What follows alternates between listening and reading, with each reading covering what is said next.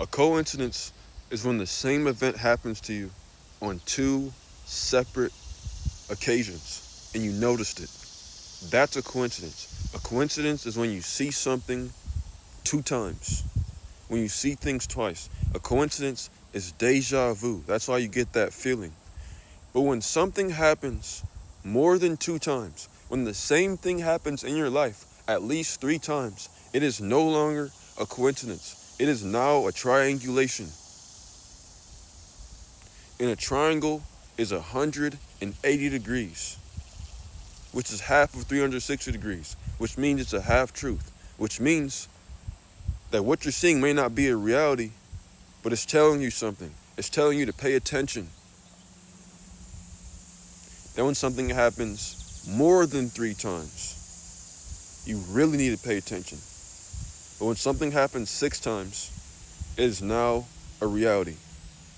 There are some people that has had something happen to them over 1,000 times, over and over and over again, but they ignore it over and over and over again and will reject their intuition just so that they can keep living in the reality that makes them feel comfortable, even though it doesn't fulfill them. The only way to evolve and get to the next level is to wake up and realize certain things, not to pretend like certain things don't exist. There are so many people that act so much more dumber than what they really are because they don't want to feel like they're different from everybody else. So they'll pretend like they don't notice certain things. They'll pretend like they're not being communicated with by a higher force or that something else is trying to communicate with them. They'll ignore that.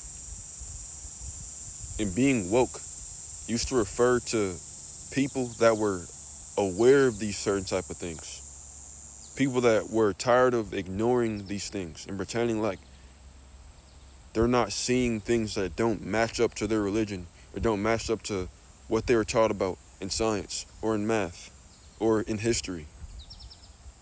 But now to be woke, it's like an insult people use for like hoteps.